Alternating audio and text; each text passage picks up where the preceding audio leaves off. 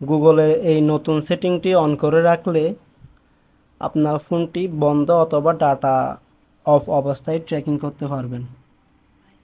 সেটিংয়ে যেতে হবে, সেটিং থেকে আপনাকে এই গুগলে আসতে হবে।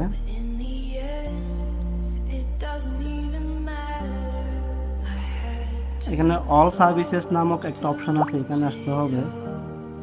সেখান থেকে ফাইন্ড মাই ডিভাইস নামক অপশন আসতে হবে। এখানে ফাইন্ড ইউ অফলাইন ডিভাইস, এই ফাইন্ড ইউ অফলাইন ডিভাইস থেকে উইথাউট নেটওয়ার্ক অপশনটা চালু করে দিতে হবে।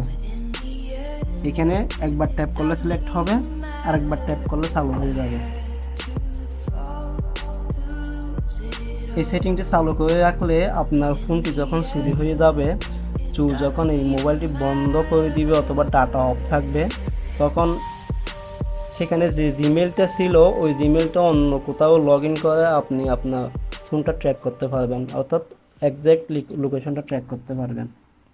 আশা করি বুঝতে পারছেন।